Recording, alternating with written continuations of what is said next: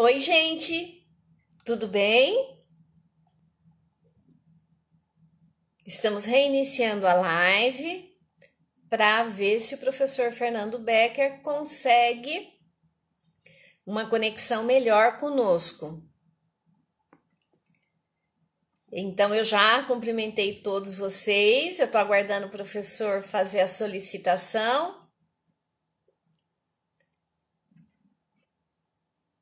E dessa maneira a gente tenta, né, uma conexão melhor para poder vê-lo, né? É lógico. Vamos lá. Será que a Tânia está pedindo a solicitação para ele?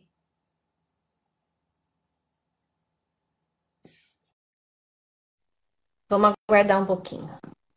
De repente muda, né, o celular. Ó, eu entrei. Olá, tudo bom? Vai aparecer com o meu nome, mas tudo bem, né? Tudo bem, lógico, não tem problema nenhum. Aí, Mari, tem? Muito bom, professor. Olha, que legal. Deu certo. Eu tive um tique, falei, não, vou aceitar a Tânia. Talvez dê certo a troca de celular. Vamos lá. Professor, olha, é um prazer tê-lo aqui.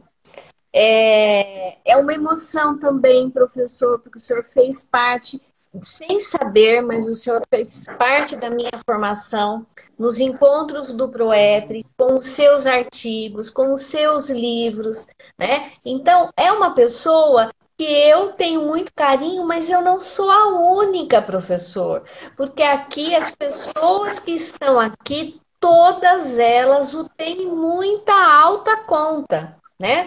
O senhor conseguiu marcar a vida de muita gente, fora aqueles que o senhor 42 dissertações de mestrado, 21 teses, né, que o senhor orientou. Imagina a proporção de pessoas que o senhor conseguiu influenciar positivamente nessa vida.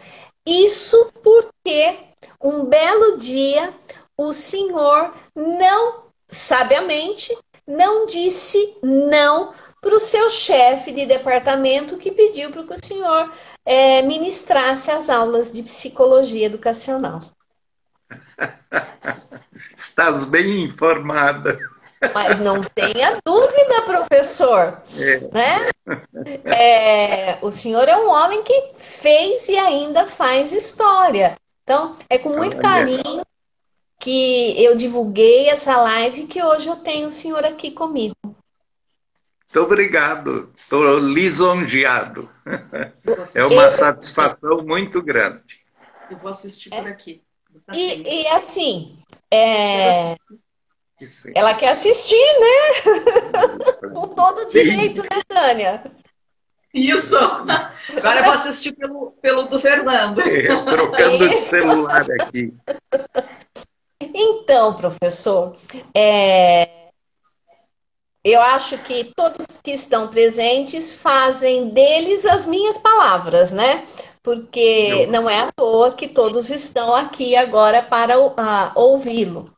E eu gostaria de trazer uma provocação para o senhor, professor. Vamos lá. Se eu puder. Eu tenho certeza. Vamos ver se o senhor reconhece essa pergunta. Como pode um professor ensinar conhecimentos científicos como os matemáticos, professando epistemologias de senso comum? Nossa, essa é a minha pergunta de sempre. Eu estou na terceira pesquisa atualmente sobre epistemologia do professor. A primeira foi geral, Epistemologia do Professor, é o livro que tu mostraste aí. Isto, ele está em 16ª edição e mais 2 reimpressões. Nossa, para surpresa minha, nunca imaginei isso. Completa surpresa. E esse trabalho foi feito com 38 professores de todos os graus de ensino e das mais diferentes áreas de conhecimento.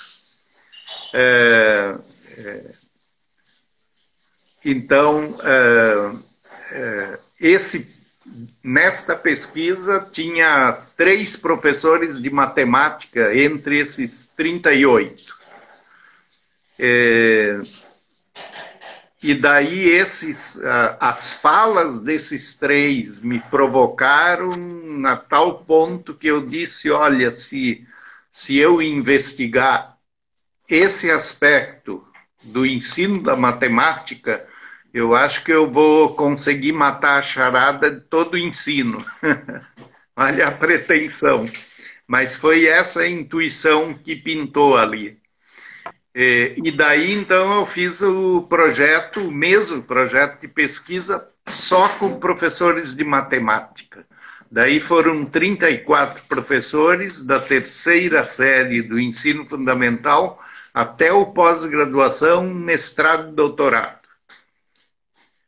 E 34 professores. E daí saiu este livro aqui. Eu tô aqui com uma Tânia, só um pouco. Tá, apareceu uma tela sobreposta aí que eu não estou conseguindo... aqui embaixo. Beleza. Este livro aqui... Epistemologia do professor de matemática. Isso. Perfeito. Esse trabalho aqui foi com 34 professores de matemática. Durou aproximadamente 12 anos para fechar isso.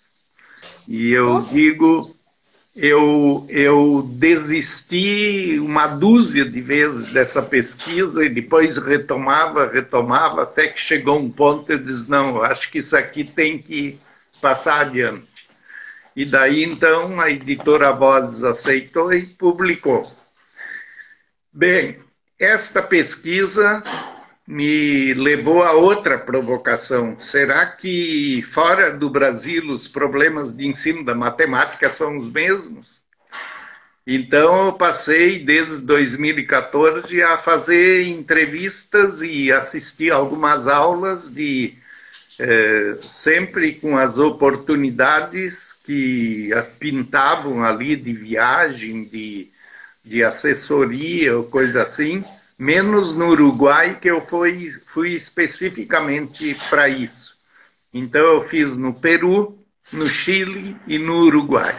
17 entrevistas, assisti aulas desses professores entrevistados e o meu primeiro texto desta pesquisa saiu no Bolema, Boletim de Educação Matemática, em dezembro do ano passado. Nossa, como é uma revista eletrônica, ela está disponível. Né? E agora enviei o segundo texto para a mesma revista e estou aguardando que os deuses decidam. Mas já na primeira manifestação foi que foi encaminhado para avaliação, não foi rejeitado de início. Então, estou aguardando a avaliação. Bem, o problema central é exatamente este da pergunta que tu formulaste aí, que tu repetiste, que é uma pergunta que eu tenho feito muitas vezes. Como é que um professor pode ensinar conhecimento científico se ele professa epistemologias do senso comum? E as epistemologias espontâneas são empiristas ou a prioristas. Quem nunca parou para pensar o que é o conhecimento e repete aquilo que sabe da tradição, vai dar a resposta dificilmente diferente de uma resposta empirista ou a priorista. Empirista, o meio social determina o indivíduo. Em resumo, é isso, né? E a priorista, a gente nasce com essas condições. A gente nasce com essas qualidades. Nós já vemos formatados para tal conhecimento. Então, essas duas coisas que aparecem em provérbios populares, né? Por exemplo, pau que nasce torto, morre torto, quer dizer, está todo determinado, não acontece nada de especial na vida, vai ser assim, nasceu assim, vai morrer assim. Então, daí esse trabalho insano que é fazer 34 perguntas a professores sobre o conhecimento. As entrevistas duravam entre 50 minutos e 1h15, mais ou menos, né? E só sei que nesta pesquisa da epistemologia do professor de matemática já publicada, as falas dos professores davam 300 páginas em espaço simples, né? Então, analisar esse volume foi realmente uma coisa meio Hercúlea. insana. Hercúlea, Hercúlea. Professor, a Ana Lúcia está falando que a professora Orli manda um abraço e que está muito feliz em saber que o senhor está aqui virtualmente. A Jussara Tortella também está cumprimentando o senhor. E a Andréia, peraí que eu perdi um comentário dela aqui. No PROEPRE, elas estão analisando os dados da sua pesquisa. Porque olha aí. Analisando, conhecendo, aprendendo com a sua pesquisa. Para o senhor ver como vai longe, né? Isso daí não foi e ainda não é em vão, graças a Deus. Ótimo. Um prazer imenso saber isso, né? Então, a pesquisa buscou isso, né? E daí a curiosidade é sempre, mas como é que isso aparece nas falas? Às vezes é flagrante, assim. Outras vezes é escamoteado, que a gente tem que voltar para toda a entrevista para saber em que direção veio a fala para poder dizer esse é empirista, não é empirista, é a priorista, não é a priorista, e assim por diante. Uma das coisas bem interessantes que apareceu é que naquela pesquisa com professores de tudo quanto é a área de conhecimento, que a gente diversificou o máximo possível, apareceu nitidamente o empirismo. Essa crença de que é o meio, aquilo que vem de fora, a estimulação que a gente recebe, que nos determina. O sujeito pode apagar que ele não tem função nenhuma, né? Então, esse é a versão empirista. E a versão a priorista ou inatista, biologicamente inatista, é acreditar que vem desde nascença é marcado e que os conteúdos vão ser assimilados por aquelas estruturas que vieram de herança genética. Então, sempre aquela coisa, como é que isso aparece na fala dos professores? Então, eu vou reproduzir algumas falas assim, daquelas bem emblemáticas que não deixam dúvidas. Por exemplo, esta professora de 6ª série do ensino fundamental, ela diz assim: quando tu abraças uma árvore, tens a noção perfeita do que será futuramente um cilindro. aquele tronco, do que seja uma circunferência. A árvore cerrada te dá o contorno de uma esfera. Creio que a criança pode ter muita facilidade para a matemática quando ela tem experiência desse tipo. Essa última frase está ótima, não tiro nada, eu acho que ela veio bem. Agora, o que vem antes é, eu abraço uma árvore e, pam, tenho a noção de cilindro. Só que cilindro na geometria tem um diâmetro constante um raio constante em todas as direções, e a gente não vai encontrar nenhuma árvore que tenha isso, né? Então, a diferença entre a estimulação de o tronco de uma árvore abraçada e um cilindro na geometria é enorme, é abissal, né? Mas para essa professora passa por cima, elimina todas essas diferenças e continua professando o empirismo. Como é que o empirismo aparece no ensino? O professor dá a matéria. O professor ensina. O que o aluno tem que fazer? Ele tem que repetir. Quantas vezes? Tem um psicólogo norte-americano antigo que diz que tem que repetir tantas vezes quantas forem necessárias até aderir na mente. Essa é a versão empirista, né? E tem um professor entrevistado nesta pesquisa, que é professor de matemática pura, lecionando em graduação, mestrado e doutorado. Ele diz, existem 3 formas de se aprender matemática, cada uma melhor que a outra. Primeiro, fazer exercícios, muitos exercícios. Segundo, fazer mais exercícios, muito mais. Terceiro, fazer mais exercícios ainda até se estrebuchar no chão.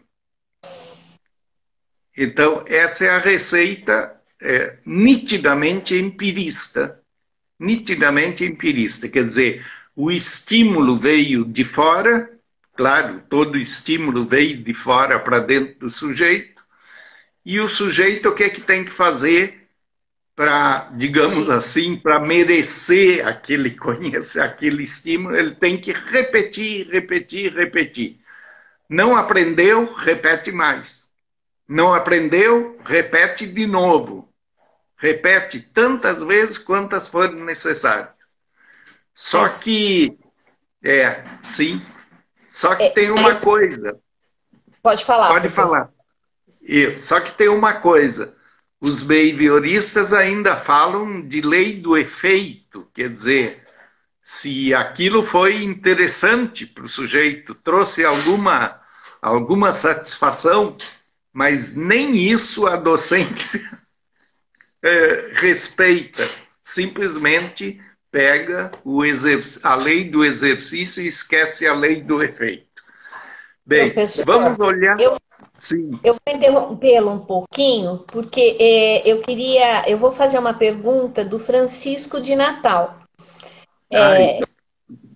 No entanto, eu já quero chamar a atenção do Francisco que a resposta já foi dada. Como ocorrem os processos de construção de conhecimento dos alunos na escola? Nossa! Considerando o que o senhor falou, eu diria, Francisco, o seguinte, que o processo de construção ele se dá por meio da repetição. É por isso que a escola tem tanta dificuldade de formar alunos leitores, que raciocinem matematicamente, porque o professor acredita que a repetição, a repetição, a repetição vai ensinar alguma coisa. Tá certo, professor? É isso. E o que o Piaget fez? quando ele se deparou com essas duas tendências, que todas as pessoas professam isso antes de realmente parar e se perguntar e procurar uma explicação mais consistente.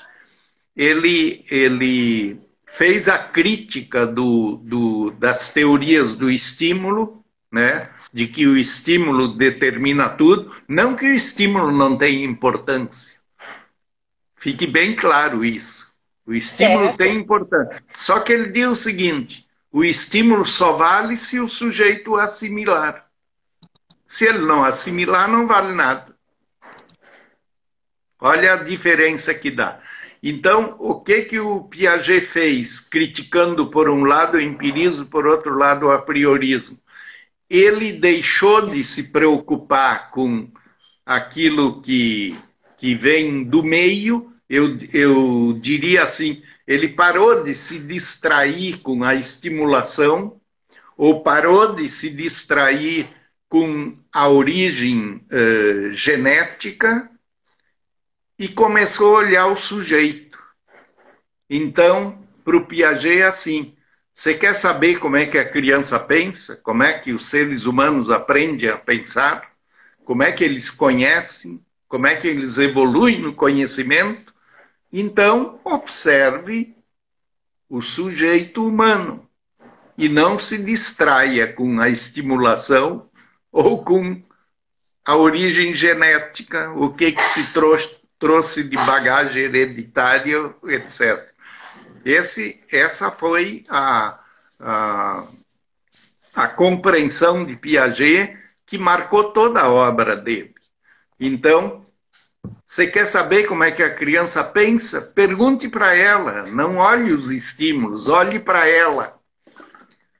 Você quer saber o que ela traz de herança genética? Pergunte para ela, porque ela vai dizer, ela vai manifestar. Se ela ainda não pode falar, observe o seu comportamento para saber como é que ela se comporta perante o seu entorno, como é que ela trabalha o seu entorno. Daí você vai ver como é que ela pensa, como é que ela conhece, como é que ela pensa. Essa é a sacada do Piaget. E isso é de um humanismo de primeiríssima qualidade. Ele realmente faz uma teoria que é profundamente humanista por isso, porque ele mira o sujeito e, na minha compreensão, ele para de se distrair com as outras instâncias que marcavam a psicologia da sua época. E então me permite dizer, assim como eu disse um exemplo de fala empirista, eu vou dar alguns exemplos de falas a prioristas. Isso. Professor, tem uma pergunta da Rejane, ela pergunta se existe a possibilidade da gente compreender o seguinte, que o professor, ele replica o modelo de educação com o aluno de acordo com o modelo que ele recebeu. Sim.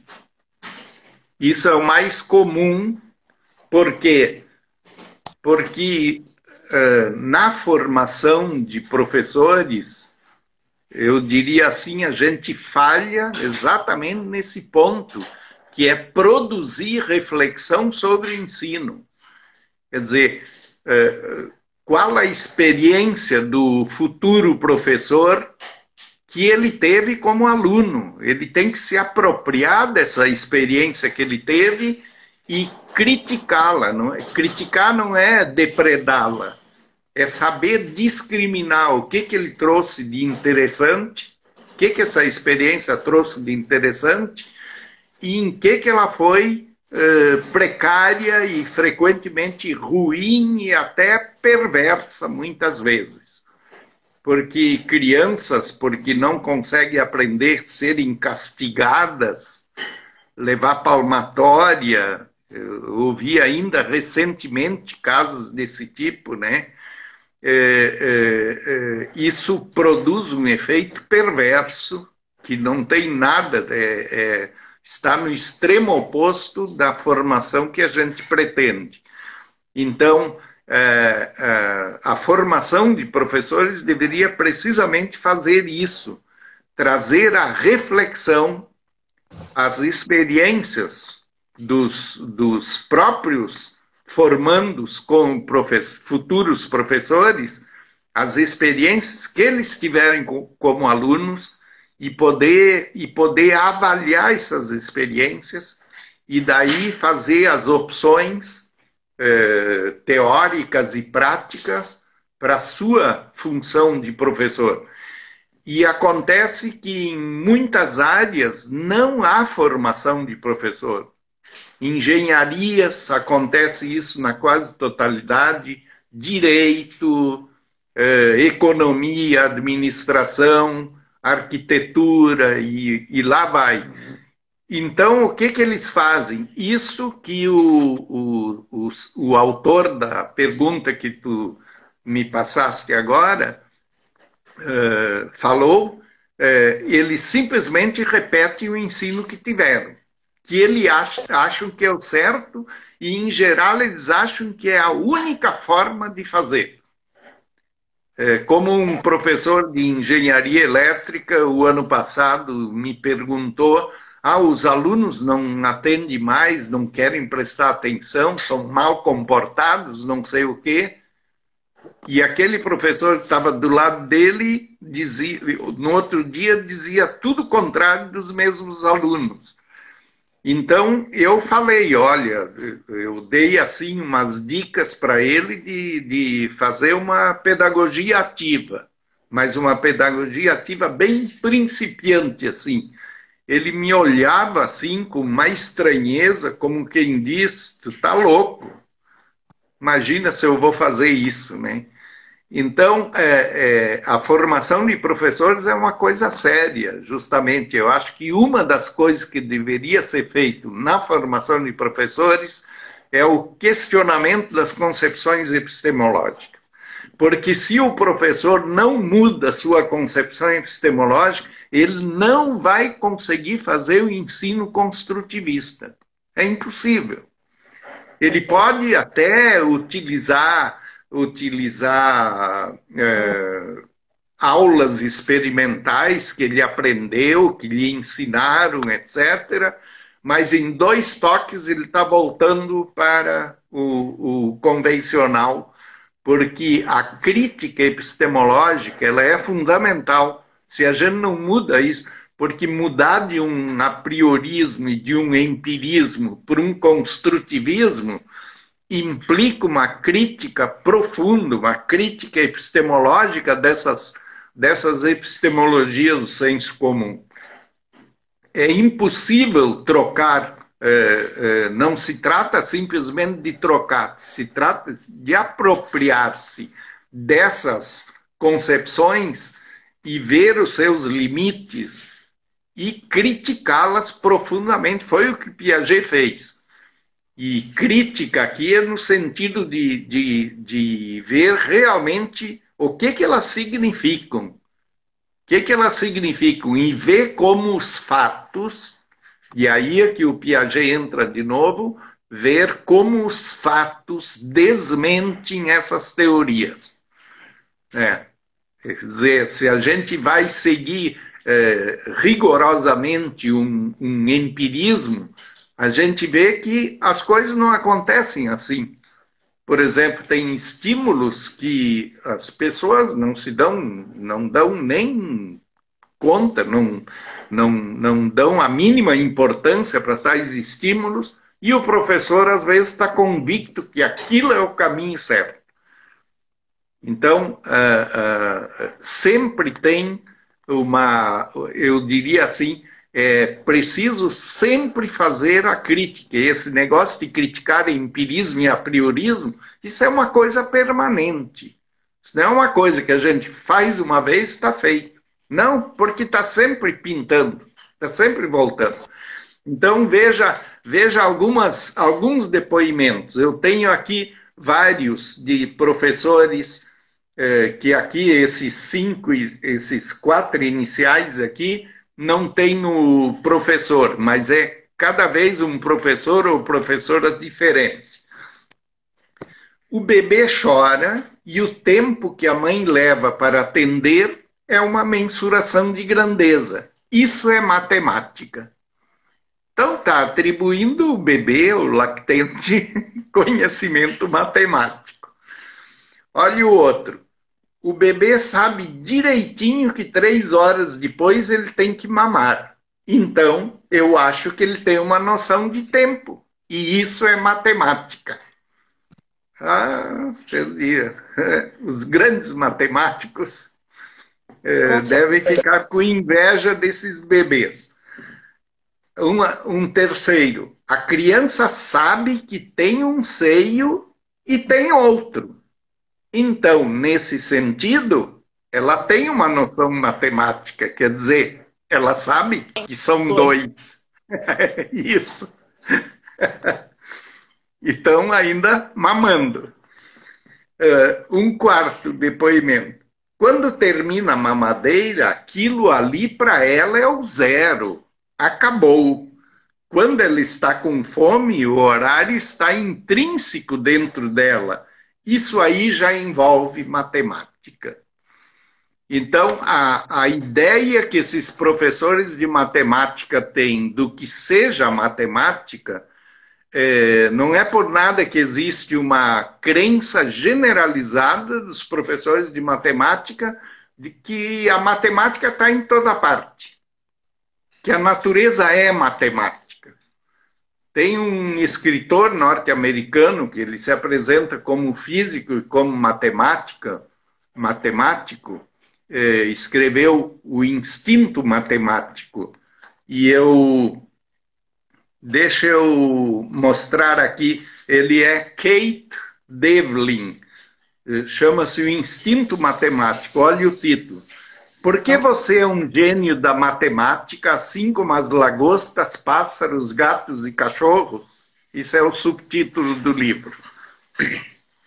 Então ele diz assim, pegando um resuminho assim, são matemáticos cães, gatos, ratos, andorinhas, morcegos, falcão peregrino, aranhas, abelhas, baratas, a concha do caracol,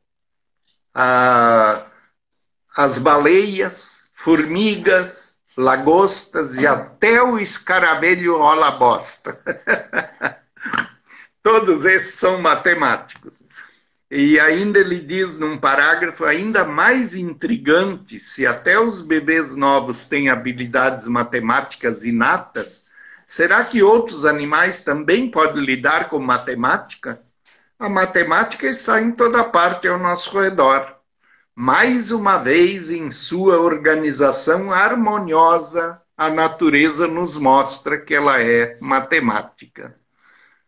Nossa. Então, acredito que a matemática está na natureza, e eu já vi, por exemplo, aqui na nossa universidade, há 2 anos atrás, no Salão de Iniciação Científica, um grupo de professores de matemática resolveu fazer um evento dentro do Salão de Iniciação Científica sobre matemática. E eu assisti a algumas palestras, muito interessantes, mas o folder, o caderninho de divulgação, era assim, a matemática está em tudo. Então, o que a gente tem que fazer com essa frase? É dizer, a matemática é uma criação humana. Ela só existe se a gente considerar o tempo da humanidade, por exemplo, a escrita há 11 mil anos atrás, o surgimento do Homo sapiens sapiens, muito mais, e a matemática mesmo, como nós conhecemos, digamos assim, a aritmética, a geometria elementaríssima, é de 4 mil anos para cá. Então, A matemática é uma criação humana. Ela não está na coisa. Se ela está lá na coisa, é porque a gente colocou lá. A matemática não está na natureza, não está nas coisas, não está nos cães, nos gatos, nas formigas. Não, se nós constatamos isso, é porque nós a colocamos lá. Por exemplo, esse autor dá o exemplo de uma formiga do deserto do norte da África, que é uma formiga que sai para procurar alimento, que em geral são restos de animais mortos ou de insetos mortos, etc. E quando encontra, bom, para sair, ela sai lá naquele areal todo, zigue-zagueando, né? E daí na volta, ela volta quase em linha reta, e o erro da toca é de pouco erro, ela erra muito pouco. Então, esse autor dá como exemplo de que como a formiga é matemática, é que ela faz isso. Então, o que ele faz? Uma confusão completa entre percepção e razão. Entre percepção e conhecimento matemático. A percepção, o morcego, por exemplo, que tem um radar, né?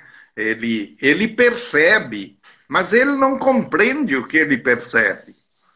De tal maneira que ele não é capaz de mudar e aperfeiçoar esse seu radar sonoro para um radar eletromagnético. Ele é incapaz de fazer essa mudança.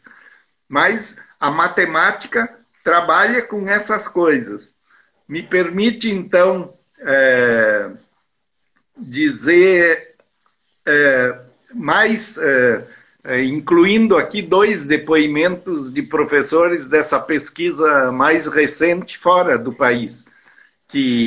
O que eu constatei? Que os problemas são muito parecidos. Quer dizer, uma coisa que vem de longe e impregna o ensino da matemática em geral. Então, um professor latino-americano, não vou nem dizer de que país de equivalente ao nosso ensino médio, ele diz: alguns conhecimentos que parece vêm incorporado em seu disco rígido, desde pequeno. E isso, para mim, parece que está em seu código genético. Isso. Um outro professor universitário diz, também de fora do Brasil, herdamos uma matemática básica e universal. Esse é um professor de cálculo. A entrevista dele é interessantíssima, que ela é muito erudita, tem saberes assim que impressionam, né? Herdamos uma matemática básica e universal a partir da qual se constrói todo o resto. E o resto nos chega a partir da cultura. Quer dizer, a cultura é o resto, né? O importante é que nós herdamos uma matemática básica e universal. Está no nosso código genético. Não sei como é que os geneticistas até hoje não descobriram onde é que está o gene da matemática. Que coisa, não, professor? Como? Que coisa impressionante as respostas. E assim, a diferença de tempo que o senhor fez esse livro e essa pesquisa é relativamente grande e as respostas continuam as mesmas. Continuam como se fossem feitas ontem. Como se a entrevista fosse feita ontem. Olha, impressionante, é isso mesmo. Impressionante. A Helena, ela coloca que essas concepções epistemológicas que o senhor apresenta auxiliou a trabalhar a língua inglesa para que ela tivesse uma metodologia ativa para os seus alunos, né? Então, não é em vão, né, professor? Todas essas pesquisas, elas não são em vão, porque sempre tem alguém que consegue transformar isso em conhecimento, digamos assim, em prática, não conhecimento, em prática, né? Parabéns, E, Helena. que satisfação!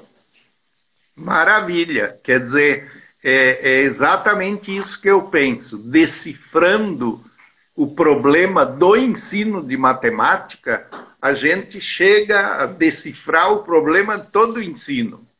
Uhum. Essa era a minha pretensão, e eu acho que está vindo evidências de que realmente é isso mesmo. Pode-se dizer assim, no ensino de matemática não se consegue disfarçar esse impacto das epistemologias do senso comum, empiristas ou a prioristas. E é nesse sentido que o trabalho de Piaget é formidável, com a gênese do número na criança.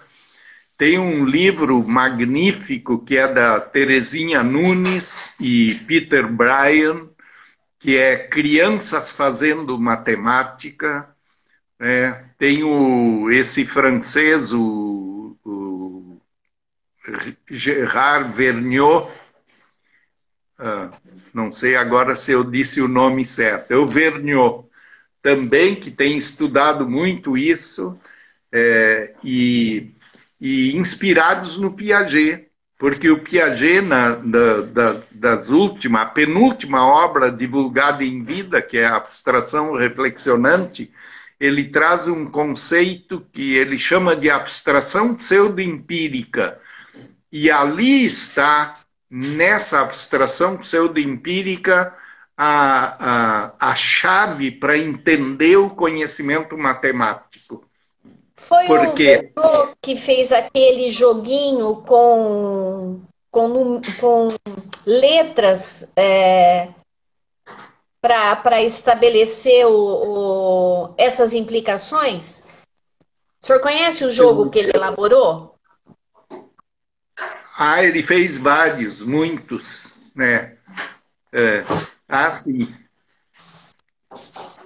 Quero mostrar se é um deles. É esse daqui, professor. É dele? Sim, sim. Não sei se é dele este. Eu sei que eu adquiri um que não explorei ainda no ProEPRE, no último ProEPRE. Então, não sei. Então, o Piaget dá para dizer assim, a abstração empírica é assim, é aquilo que nós tiramos da realidade exterior, é o que nós colocamos lá. A matemática vem por ali, o conhecimento matemático vem por ali. Então, por exemplo, eu tenho 3 cadeiras aqui na minha frente. Eu digo, essa cadeira é melhor do que aquela outra, ou é pior do que aquela terceira. Onde é que está o melhor que e o pior que? Não está em nenhuma das 3 cadeiras.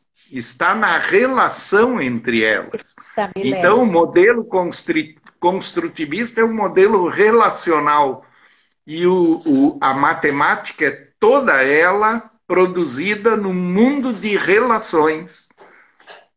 É igualdade, é maior que, menor que, é sempre um mundo de relações que é formalizado na linguagem matemática.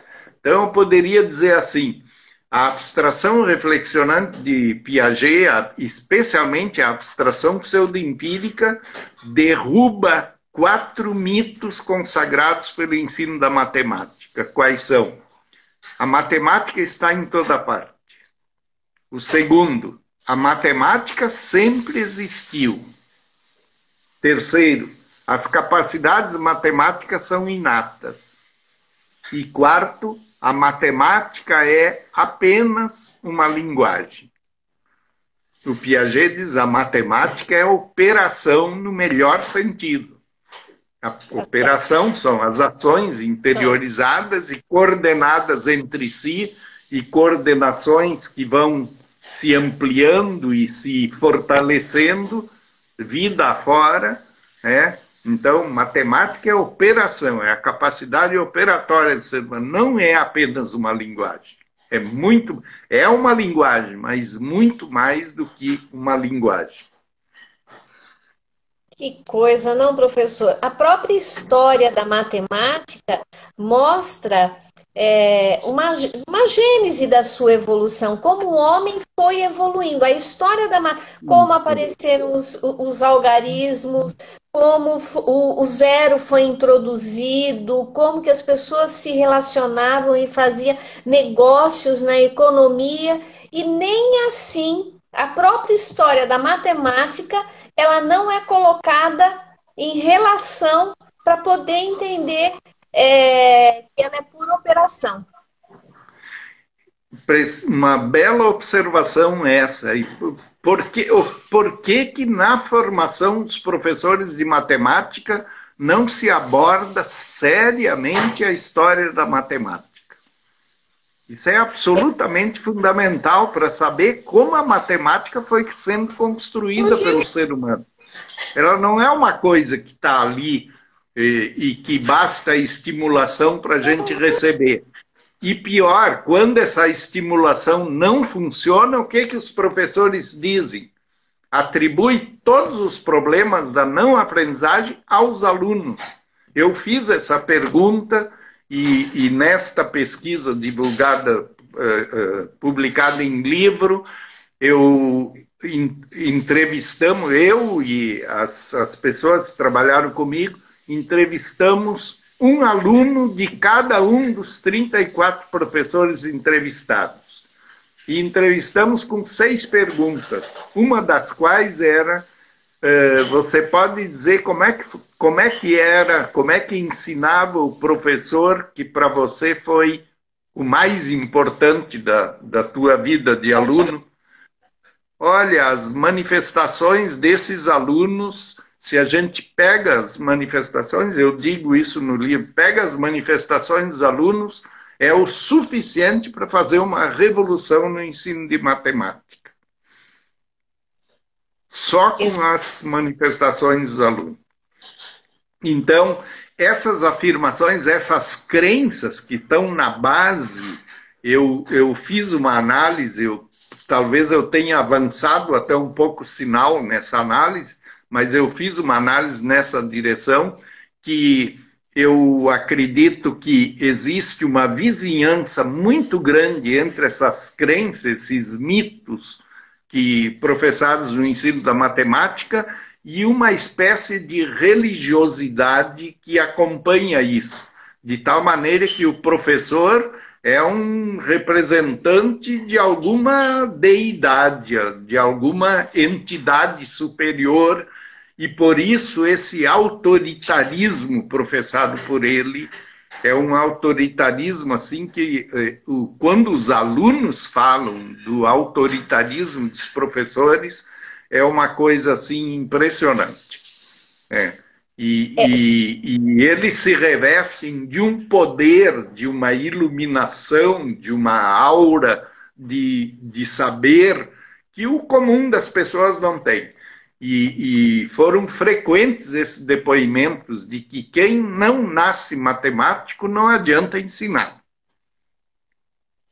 Não adianta ensinar. Dá uma matematiquinha assim para comprar jornal, para comprar na fruteira da esquina ou coisa assim, e deu.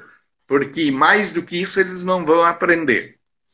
Isso né, eu estou dizendo uma palavra quase vulgar aqui, mas aparece nitidamente nos depoimentos dos professores.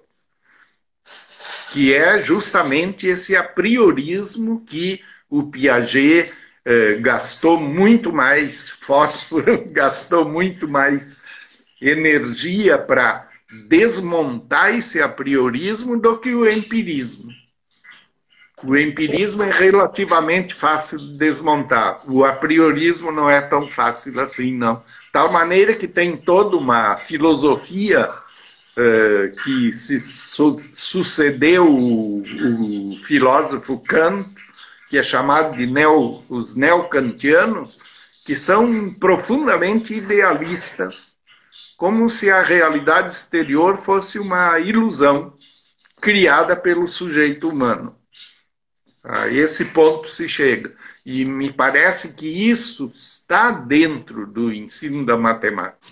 Inclusive, na entrevista de um desses professores latino-americanos, ele cita o Chomsky para reforçar essa ideia de que a matemática é inata, porque, afinal de contas, ela já está na linguagem.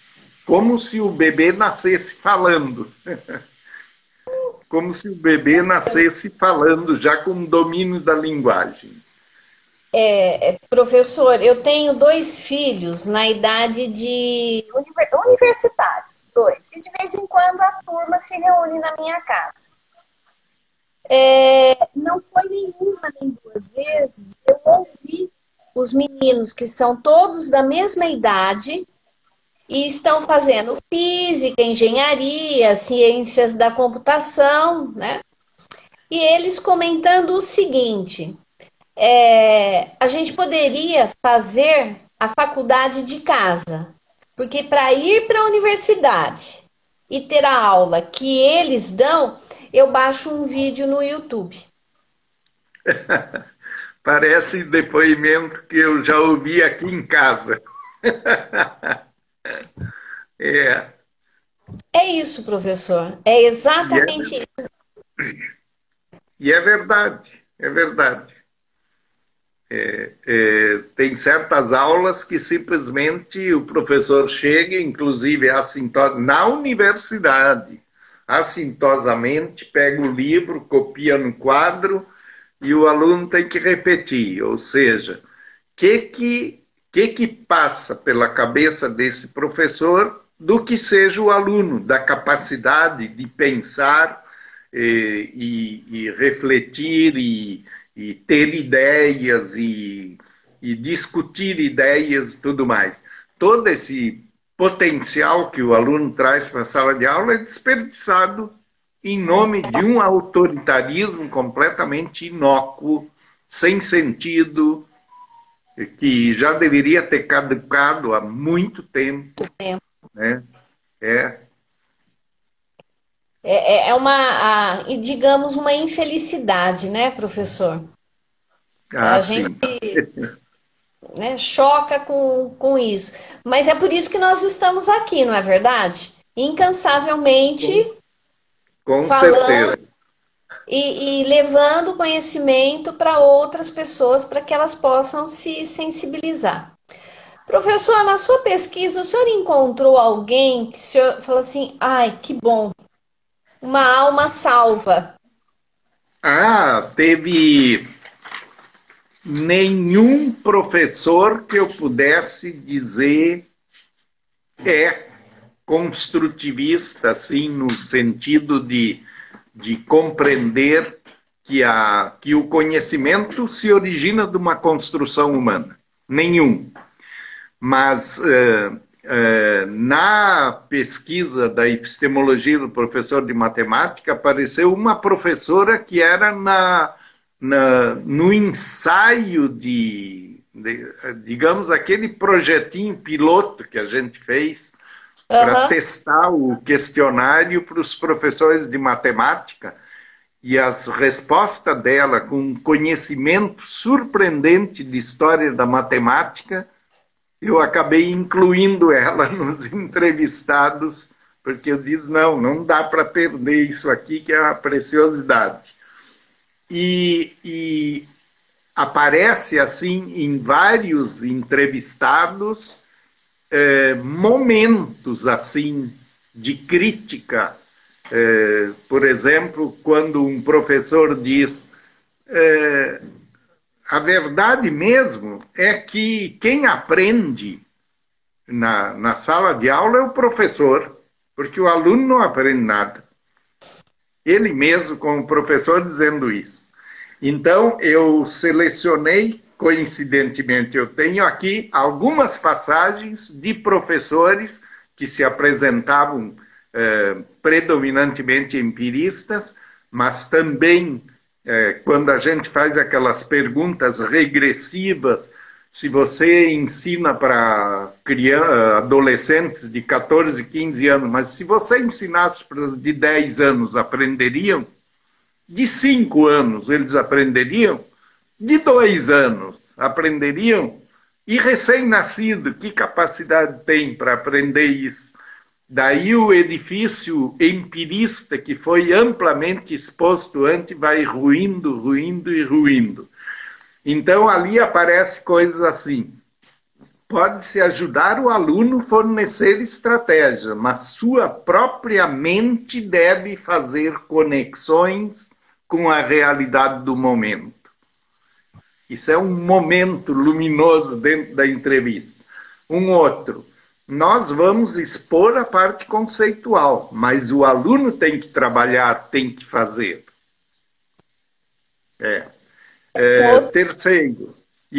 Terceiro. Para transmitir conceitos, tem que fazer com que o aluno experimente, pratique.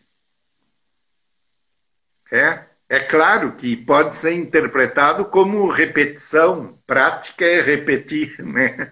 Mas aqui apareceu assim como um vislumbre de alguma coisa, porque o professor entrou num nível crítico e isso aí saiu no meio daquela crítica. Quarto, há o momento de exercitar para fazer as conexões na cabeça e ver realmente do que se está falando. Quer dizer, o aluno fazendo conexões. Então, coisa raríssima isso. Olha, é passagem assim de 300 páginas de depoimentos, uma frase dessa assim, luminosa. Preciosa. Um quinto, deve-se buscar que o aluno racionalize. Aliás, esse é um verbo muito usado por professores de matemática. Ele tem que racionalizar, né? Nessas entrevistas com professores latino-americanos tem aparecido várias vezes esse verbo. Então, deve-se buscar que o aluno racionalize, que vá tirando suas próprias conclusões dos distintos problemas e dos distintos exercícios. Coisa rara, porque, em geral, o aluno é aquele que repete. Por exemplo, perguntei para um professor... era uma pergunta, pesquisa, qual o papel do aluno e qual do professor na sala de aula? Ele disse, o professor ensina e o aluno aprende. Qual é a tua dúvida? Qual é a tua dúvida? Quer dizer, o aluno não ensina nada e o professor não aprende nada. Quer dizer, simplesmente estratificaram os polos do ensino e da aprendizagem e eles não se batem, não se cruzam.